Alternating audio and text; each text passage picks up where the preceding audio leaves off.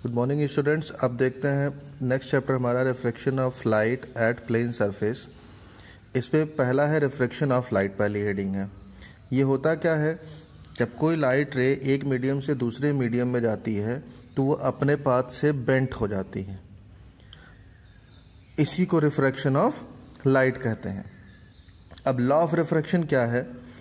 Suppose that कि ये एक हमारा रेयर मीडियम है, जैसे एयर है मान लीजिए, और ये एक डेंजर मीडियम है जैसे ग्लास का मीडियम है मान लीजिए।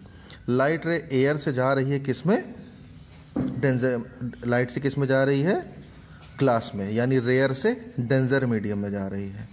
तो रिफ्रैक्शन में होता क्या है कि ये अगर इंसिडेंट रे है, इस पर हमने एक परपेंडिकुलर ड्रॉ कर दिया, नॉर्मल ड्रॉ कर दिया, तो जब रेयर से डेंजर मीडियम में जाती है लाइट रे तो वो नॉर्मल की ओर बेंट हो जाती है, और अगर डेंजर से रेयर में जाएगी तो नॉर्मल से दूर हट जाएगी, यानी अवे फ्रॉम नॉर्मल हो जाएगी।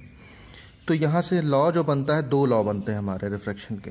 कौन कौन से दो लॉ बनते हैं? पहला लॉ जो बनता है उसमें क्या होता है कि ये इंसिडेंट रे, रिफ्रैक्टेड रे और नॉर्मल तीनों एक ही प्लेन पे लाई करते हैं। लिखा हुआ है the incident ray, the refracted ray and normal at the point of incidence all lie in the same plane. Second जो लॉ होता है वो होता है स्नेल्स लॉ। स्नेल्स लॉ क्या होता है कि जो इंसिडेंट रे और नॉर्मल यहाँ बना हुआ है, इनके बीच एंगल आई बनेगा। रिफ्रैक्टेड रे और नॉर्मल के बीच एंगल आर बन रहा हो तो आई का साइन और आर का साइन का रेशियो, यानी sine i upon sine r का रेशियो क्या होता है?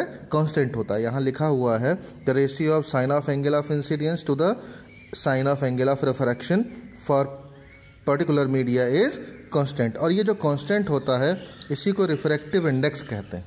क्या कहते हैं? Refractive index. रिफ्रैक्टिव इंडेक्स को हम एन से डिनोट करते हैं। किससे? एन से।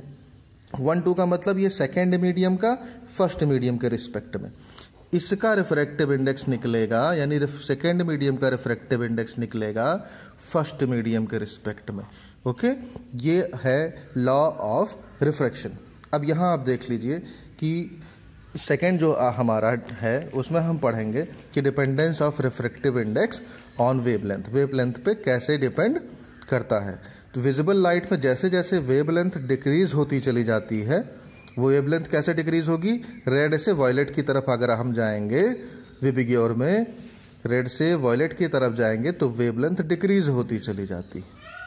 ठीक है, तो अब इसमें क्या होता है कि refractive index of material for violet light is greater than, तो रिफ्रैक्टिव इंडेक्स उसका जस्ट अपोजिट होगा।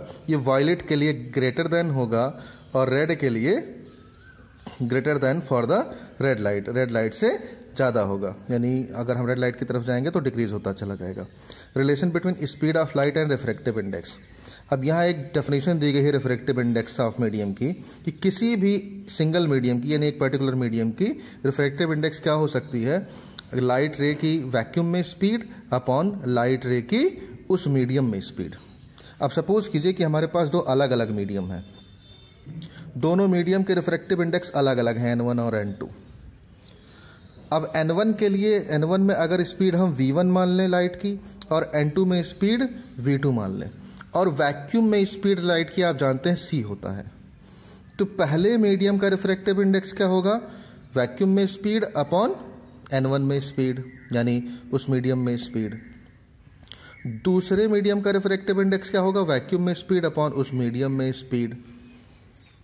अब N12 क्या होता है? सेकेंड मीडियम का फर्स्ट मीडियम के रिस्पेक्ट में, तो सेकेंड मीडियम फर्स्ट मीडियम के रिस्पेक्ट में N2 अपॉन N, जिसके रिस्पेक्ट में होता है उससे डिवाइड करते हैं, तो N2 अपॉन N1। N2 की वैल्यू यहाँ हमने निकाली, N1 की वैल्यू निकाली, पुट करके निकाल लिया। तो कुल मिला के सेकेंड मीडियम का फर्स्ट मीडियम के रिस्पेक्ट में जो रिफ्रैक्टिव इंडेक्स आएगा वो क्या होगा? फर्स्ट मीडियम में स्पीड अपॉन सेकेंड मीडियम में स्पीड। इसका यूज करेंगे न्यूमेरिकल लगाने में। रिवर्सिबिलिटी देख लेते हैं। यहाँ मान लीजिए कोई रेयर मीडियम था, ये डेंजर है और फिर ये रेयर है। लाइट रे ट्रेवल कर रही है, ए पर इंसिडेंट होती है और फिर रिफ्रैक्शन इसका होता है बी तक, और फिर बी से ये इमर्जेंट रे हो जाती है। तो अगर हम पॉइंट ए की बात करें तो यहाँ से हमें मिलेगा sine i upon sine r is equal to N12। ठीक है। और इस पॉइंट की अगर बात करें तो साइन आर अपॉन साइन आई है ना, साइन आर अपॉन साइन आई, ये किसके लिए, ये था फर्स्ट से सेकंड में तो n12 और सेकंड से फर्स्ट में है तो n21 की वैल्यू आ गई। दोनों को अगर मल्टीप्लाई कर दें तो यहाँ देखेंगे 1 आ जाता है, means n12 is equal to ये अपॉन में चला जाएगा। कहने का मतलब कि अगर n12 लिखा हुआ है यानी सेकेंड मीडियम का फर्स्ट मीडियम के रिस्पेक्ट में रिफ्रैक्टिव इंडेक्स दिया है तो उसको हम लिख सकते हैं 1 upon refractive index of first medium with respect to second medium, ये रिवर्सिबिलिटी हो गई। ठीक है, अब हम पढ़ेंगे रिफ्रैक्शन थ्रू टू मीडिया। तो टू मीडिया के रिस्पेक्ट में देखते हैं, ये हमारे पास फिगर है। पॉइंट ए पर sign i upon sign R1 क्या हो जाएगा, n12, ये हमने लिख दिया। 2 से 3 में जब रिफ्रैक्शन होगा तो निकलेगा n23, यहाँ आएगा sign R1 upon sine R2, ये हमने लिख दिया। पॉइंट सी पर देखते हैं, ये R2 है, ये I1 है, तो sign R2 upon sine I1 जो होगा वो होगा n31, ये हमने सबकी वैल्यू लिख दी है। तीनों को मल्टीप्लाई कर देते हैं तो फिर से कट के 1 आ जाता है। तो n12 और n23 इज इक्वल टू, ये हम इधर लेके गए तो 1 अपॉन में आ गया। अभी हमने फार्मूला पीछे पढ़ा था, 1 अपॉन n31 को लिख सकते हैं n13 पलट देंगे तो। कहने का मतलब 3 मीडियम अगर हमारे पास है 1 2 3, तो फर्स्ट सेकंड का फर्स्ट के रिस्पेक्ट में और थर्ड का सेकंड के रिस्पेक्ट में अगर दोनों को मल्टीप्लाई करें रिफ्रैक्टिव इंडेक्स को तो थर्ड मीडियम का फर्स्ट मीडियम के रिस्पेक्ट में रिफ्रैक्टिव इंडेक्स आ जाता है। Okay, thank you. अब एक एग्जांपल देख लेते हैं। अभी जो फार्मूला बताया गया है n12 into n23 is equal to n13 पे, ये जो एग्जांपल है इसमें रिफ्रैक्टिव इंडेक्स दिया है डेंस फ्लिंट ग्लास का, यानी ग्लास का दिया है 1.65। तो ग्लास का एयर के रिस्पेक्ट में दिया है, अगर और कोई रिस्पेक्ट नहीं दिया है तो अब एयर मान के, विद रिस्पेक्ट टू एयर लिखा हुआ सॉरी, तो NGA आपका दिया है 1.65 और अल्कोहल का भी दिया गया है। ठीक है, तो अब एयर के लिए अल्कोहल क्या हुआ, डेंजर मीडियम हुआ, एयर के लिए ग्लास क्या हुआ, डेंजर मीडियम हुआ।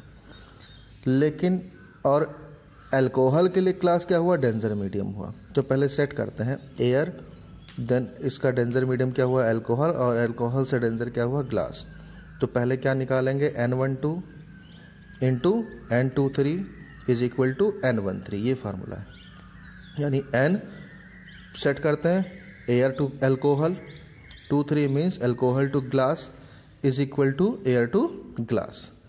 हमें निकालना क्या है, ग्लास का रिफ्रैक्टिव इंडेक्स निकालना है अल्कोहल के रिस्पेक्ट में, ग्लास का निकालना है अल्कोहल के रिस्पेक्ट में, तो ये अपॉन में जाएगा।